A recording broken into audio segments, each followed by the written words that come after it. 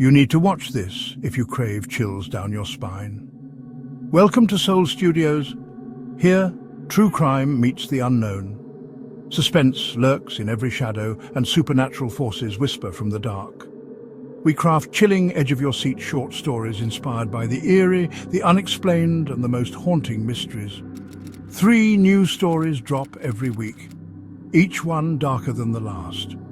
Are you ready to step inside? Subscribe now before the next story finds you.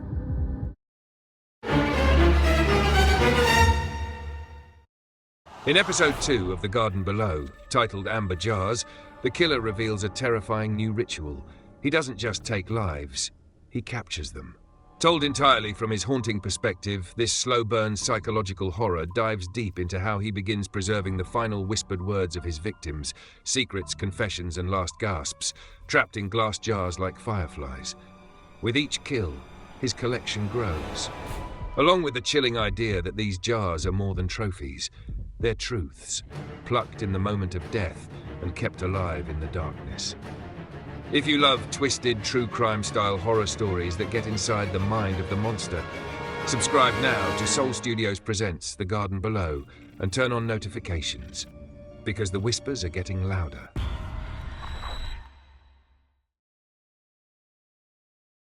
I haven't always been a collector of whispers. The ritual grew slowly, like a seed taking root in the darkness of my mind. In the beginning, I never imagined I'd end up here, standing in a shadowy basement surrounded by rows of softly glowing jars. Each jar holds a final breath, a last word, a dying confession. But before all that, before the jars and the meticulous burials, there was just an idea, a hunger to preserve something more than a memory. They say the last words of the dying carry a special weight. I remember reading once about a famous inventor's final breath being captured in a test tube as a keepsake. The notion haunted me. The idea that a soul or a life's essence could be sealed in glass at the exact moment of death. At first it seemed bizarre. Who would do such a thing? And yet the thought lingered. It felt like discovering an ancient secret, one that I wasn't sure I should know. Even before I took my first life, I was fixated on last words. I would devour old trial transcripts and crime reports just to read what murder victims spat out with their dying breaths. Were they afraid? Remorseful? Did they curse their killer or cry for their mother? In those final syllables, I sensed truth. When a person stands on the threshold between life and whatever comes next, masks fall away. All pretenses burn off in the heat of approaching death, leaving only raw, unfiltered humanity. I became obsessed with that purity. It felt like the closest thing to a soul made audible. But reading about final words wasn't enough. It was like pressing my ear to a wall and catching only muffled sounds. I needed to hear it for myself, hold it for myself. I wanted to be there in those last moments, to cup my hands around a fading breath and catch the words as they fluttered out, like trapping a firefly before its light could wink out forever. I didn't know it yet, but that desire was a seed, and once planted, it grew. My path was set long before I consciously decided to walk it. Maybe it began in my childhood, with the screams behind closed doors or the bullies that prowled the playgrounds.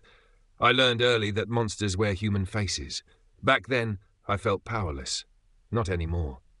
By the time I was a grown man, I carried an entire greenhouse of dark potential inside me, each bitter memory a vine waiting to choke out the sunlight. All it needed was a catalyst to bloom. The first one I selected was a bully. My bully. We'll call him Aaron, though his real name doesn't matter anymore. It's buried with him now.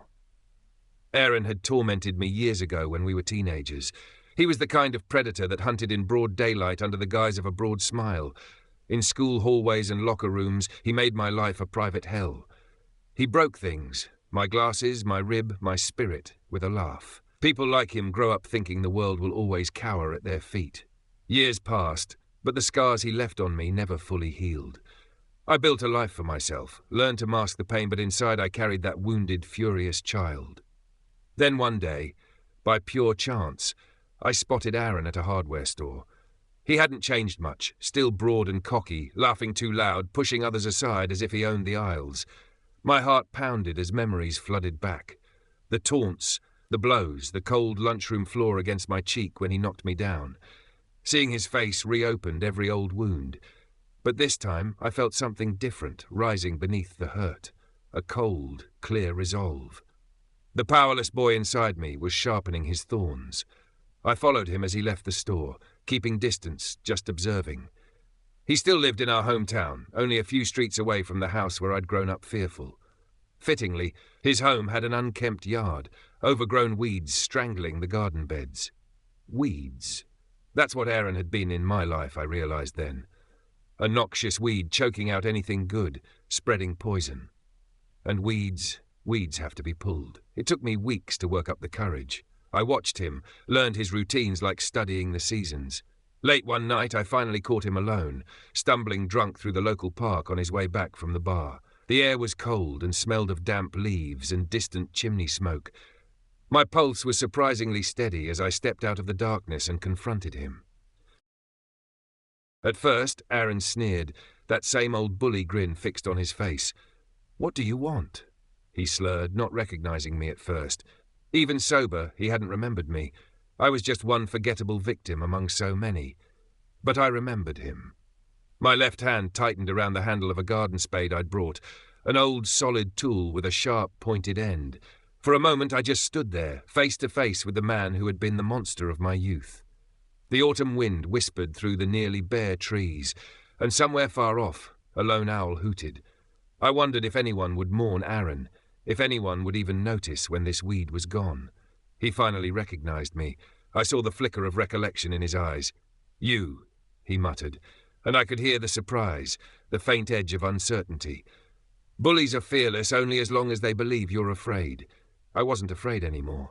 He laughed, tried to brush past me with a shoulder bump like we were still teenagers and he could push me aside. But I stood my ground. When he tried to shove me, I swung the spade. The metal edge struck the side of his knee with a dull crunch. Aaron shouted in pain and fell to the ground, cursing. All the years of bottled fear and hatred burst out of me then. I hit him again, this time across the face. His teeth made a horrible cracking sound as blood sprayed across the fallen leaves. He scrambled, trying to get up, but his ruined knee betrayed him. In that moment, he wasn't the hulking tormentor of my nightmares. He was just a pathetic, drunken man crawling in the dirt, confused and afraid. I pressed my knee into his back, pinning him. My hands were trembling, but not from fear, from rage, from triumph. I leaned down close to his ear. Now I was the one with the power. I remember the words spilling from my lips in a hiss. "Do you remember me now?" He started whimpering, sputtering blood and broken syllables.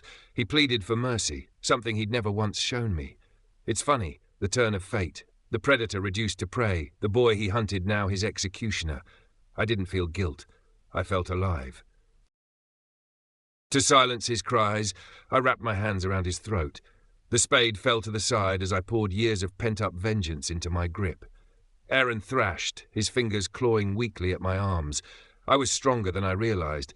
Anger had made me strong. His face turned shades of red, then purple. I watched the bully's arrogance drain away with each desperate, choking gasp. In those final moments, as his strength faded, he managed a strangled whisper. At first, I thought it was another plea, but then I heard it, "Sorry." The word came out cracked and faint, barely a breath. It hung in the air, white and ghostly in the cold night. I stared down at him, momentarily stunned. Did I hear that right? This brute who never apologized, who laughed at my pain, was he apologizing now, at the bitter end? "Sorry, please," he wheezed again, tears mixing with blood on his face. In that instant I saw not a monster, but a man utterly broken, terrified, and regretful. His last word was an apology. For a second our eyes met. I saw fear in his and something that almost looked like childlike remorse. Under different circumstances, that might have moved me. But it was far too late for absolution. I felt his final shudder last exhale against my palms. His body went limp. I knelt there for what felt like hours, though it was only seconds, listening to the wind and my own heartbeat. Aaron's eyes stared blankly at the cloudy night sky. My first kill. The silence that followed was overwhelming, and within it, a strange revelation. His last word lingered in my mind. Sorry, not boisterous or cruel or mocking, but sincere, weak, human. In that moment, he'd transformed from a vicious weed into something almost pitiable, and then he was nothing, just dead earth. I suddenly wished I could have caught that word, kept it. It felt important, like the final page of a story I'd waited my whole life to hear. But it was gone. His apology drifted off into the night, lost on the breeze, unrecoverable. I felt a pang of something, not regret exactly, but a sense of loss. I had taken his life, but in doing so, I had also let slip away the most valuable piece of him, the truth at his end. A panic seized me then, less about being caught and more about needing to preserve that moment. I fumbled with his lifeless body, checking pockets as if I could somehow retrieve the word sorry from them. Absurd. My hands were sticky with blood, and my breath was coming in gasps. Reality set in. I had a corpse at my feet and no plan. The adrenaline of revenge faded, and practical matters crowded in. I dragged Aaron's heavy body through the park, leaves and dirt clinging to his jacket. In the dark, I found a spot among a grove of birch trees where the earth was soft.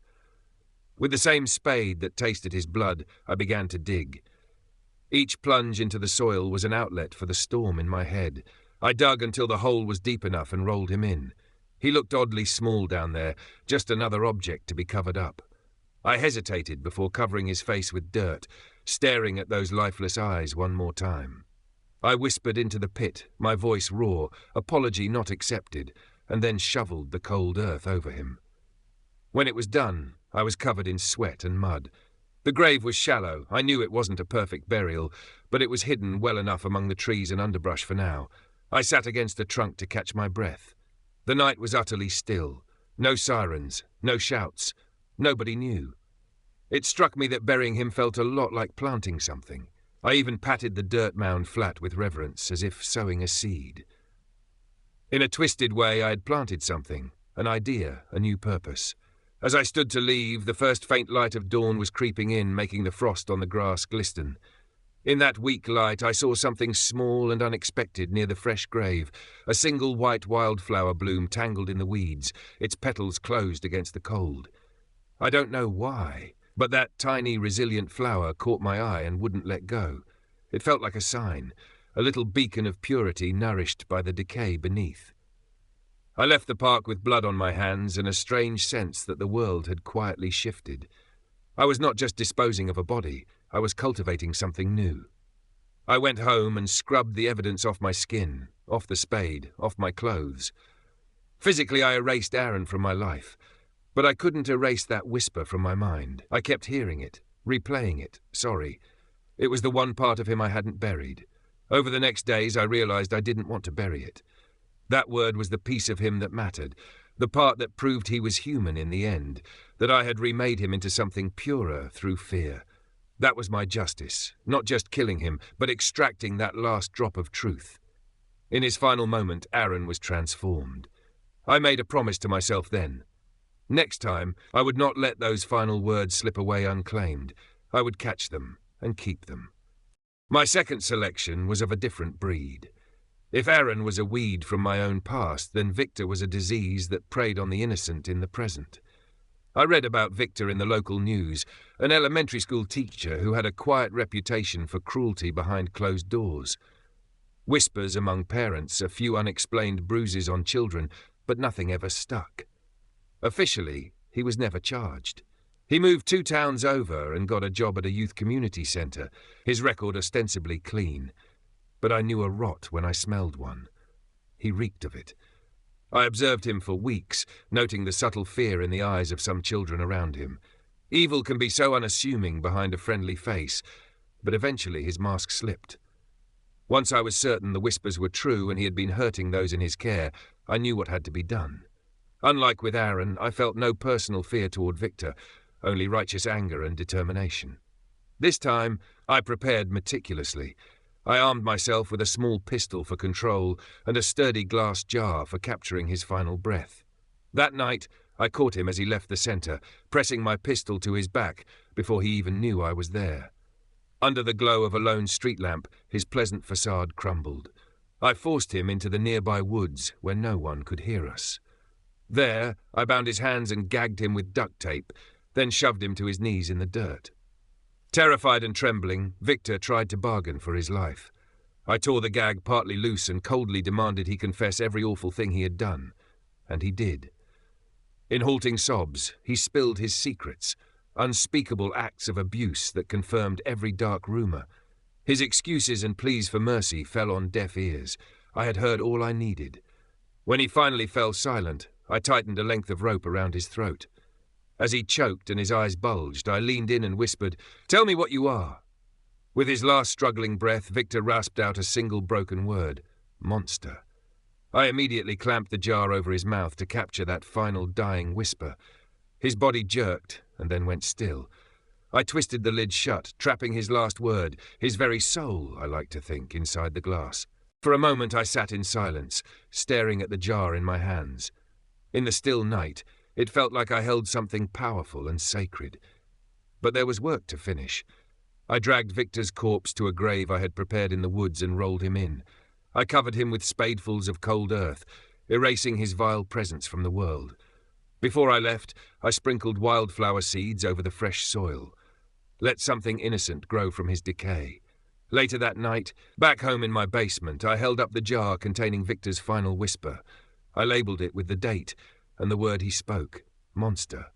Then I set it beside another jar on the shelf, an empty one I had marked "sorry" to symbolize Aaron's last word that I never caught. 2 jars now, side by side. My collection had begun. By the time I chose the 3rd soul for my garden, I had started to see the larger picture. I wasn't just removing weeds one by one. I was landscaping, shaping something grand out of the wilderness of the world. Each kill, each burial, and each captured whisper was a deliberate act of cultivation. And with 2 jars on my shelf, my appetite had only sharpened. The target was a man we'll call Daniel. He was wealthy, influential, and utterly self-obsessed. In public, Daniel was praised as a visionary and philanthropist. In private, he shattered lives without a second thought. Employees he bullied were driven to breakdowns, even suicide. He believed himself untouchable, above consequences, until I decided to prune this poisonous flower. Getting to Daniel required patience and bold action. I finally caught him alone late one night on a desolate highway after a charity gala. Under the cloak of darkness, I forced his car to a stop. The moment he stepped out to confront me, I struck, slamming a taser into his side. His arrogance gave way to shock as he crumpled to the pavement. In minutes, I had him bound, gagged, and unconscious in the trunk of my car. He awoke to a nightmare. I had taken him to an abandoned barn far from his city comforts, possibly across state lines.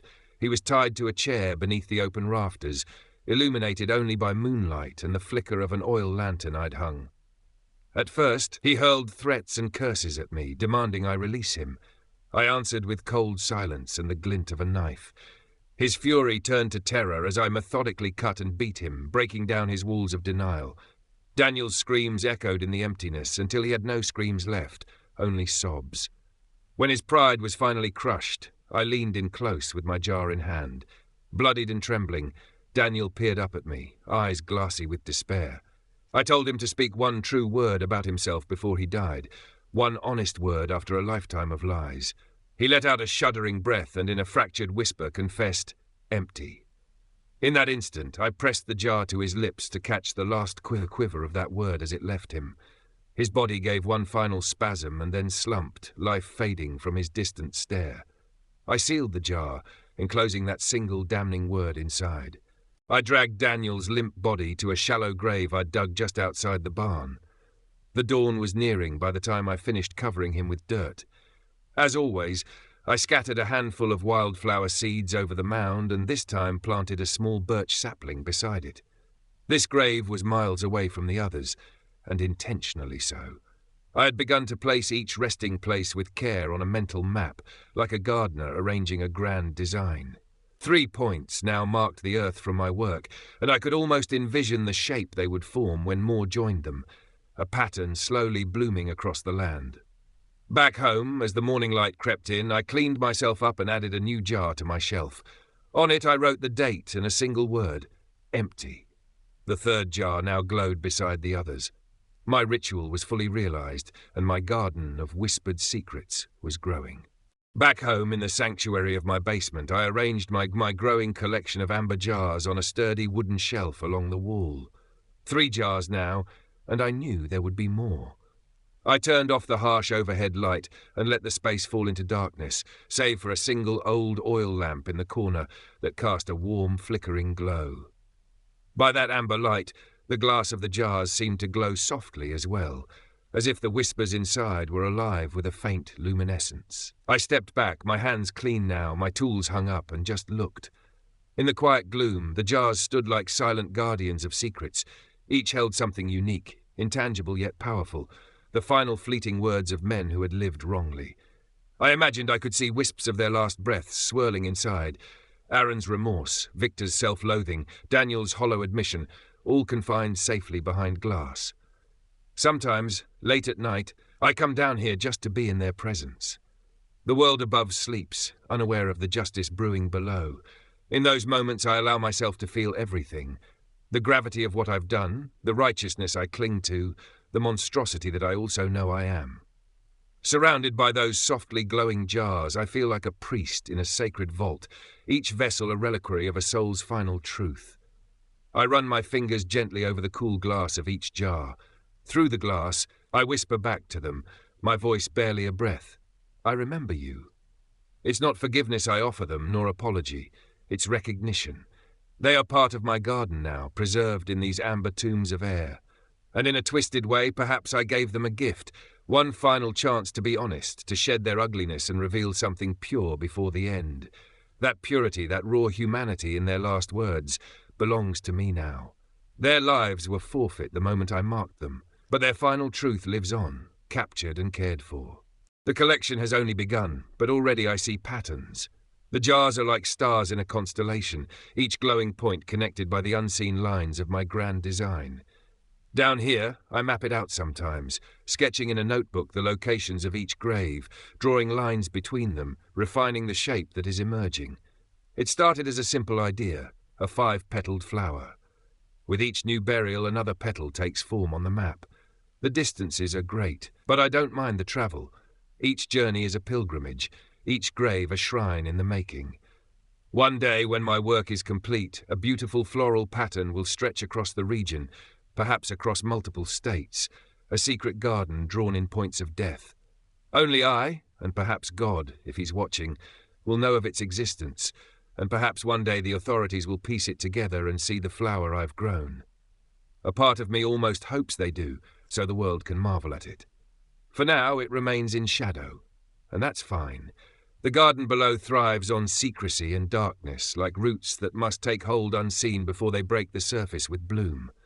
My eyes linger on the newest jar, still slightly fogged with the warmth of Daniel's final breath. I've labelled it with today's date and a single word, empty.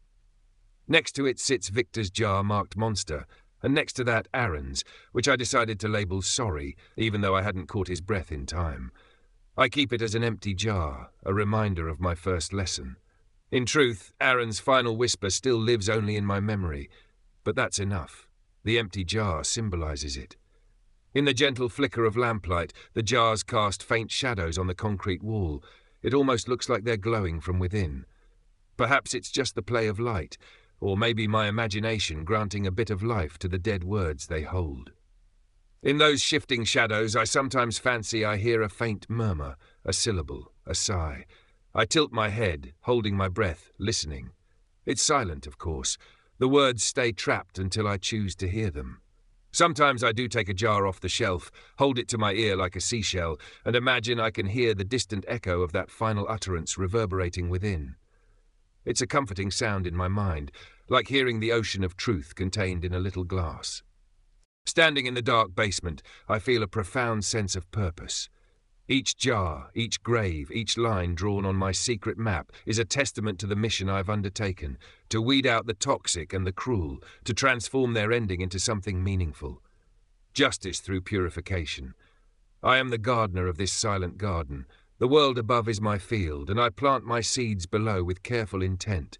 I water them with blood and cover them with soil. And from those graves, I raise flowers, both real, blooming wildflowers and the metaphorical grand flower of my design. In my basement, I keep their souls in jars, tended like potted plants on a shelf, glowing softly to remind me that even the vilest person has one moment of grace at the very end, one truth to give. As I prepare to leave the basement for the night, I take one last look at the softly glowing jars lined up. My collection of whispers shines gently in the gloom, illuminating the surrounding darkness with points of pale light. It's almost beautiful, and it's only the beginning. Cradling the oil lamp, I ascend the creaking wooden stairs, leaving the jars to their quiet vigil. Before I shut the basement door, I pause and glance back down. In the stillness, the row of amber-lit jars looks like a cluster of eerie fireflies in the dark, each one a captured soul lighting my way. I whisper into the darkness below, a promise and a warning combined. Sleep well, my garden. More flowers will join you soon. Then I close the door, plunging the basement back into darkness, save for those faint, secret glimmers, waiting patiently for the dawn of the next transformation. Beneath the surface of quiet towns and polite smiles, I've begun preserving the last truth each soul has to offer, sealed forever in amber glass. They'll never know what's buried under their feet, or what's glowing softly beneath mine. This isn't a collection, it's a garden of truths, and I'm just getting started. Their final words weren't cries for help, they were seeds. Every story has an end, but here, the mysteries never stop. Thank you for watching and being a part of this journey into the unknown. Your support keeps these stories alive, and there's plenty more waiting for you. We drop 3 new stories every week, so if you crave suspense, the unexplained and the downright chilling, make sure you're subscribed and ready for what's next. Until then, keep your lights on, your doors locked, and remember, some stories stay with you long after they're told.